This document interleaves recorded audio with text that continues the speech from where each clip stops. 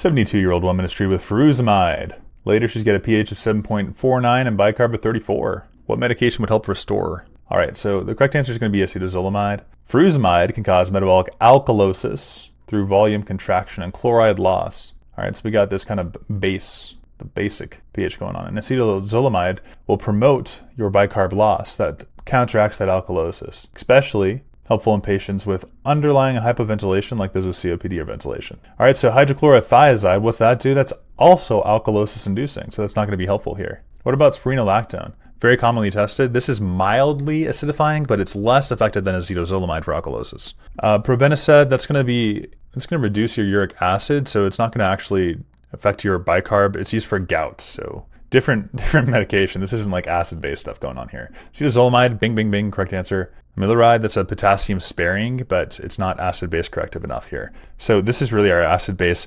correcting drug. All right, so what happens is we have volume depletion activating our RAS system, aldosterone is increased, and that causes your hydrogen and your potassium loss, your hydronium and potassium loss. And this is because of the loop diuretic, right? Because you have volume depletion, the diuresis means that your RAS is going to be activated and you lose that potassium. That's why potassium is super important with all these diuretics. There's also more chloride ions that are lost than your sodium, and that causes metabolic alkalosis because you're going to retain that bicarbonate. The bicarbonate is still retained, and that's not good because it causes alkalosis. Alkalosis causes your hypoventilation. Now, why would that make sense? Because CO2 is just going to be acidic, and so your respiratory system is going to try to counteract that alkalosis by increasing your CO2, and that's dangerous if you already have an underlying condition like COPD or cor pulmonale, where you can't, it's not like you have extra CO2 to accumulate. You're already doing that. So that's risky and bad. So acetazolamide inhibits that bicarb reabsorption. It's like, hey guys, let's stop this alkalosis, and then we can induce that metabolic acidosis.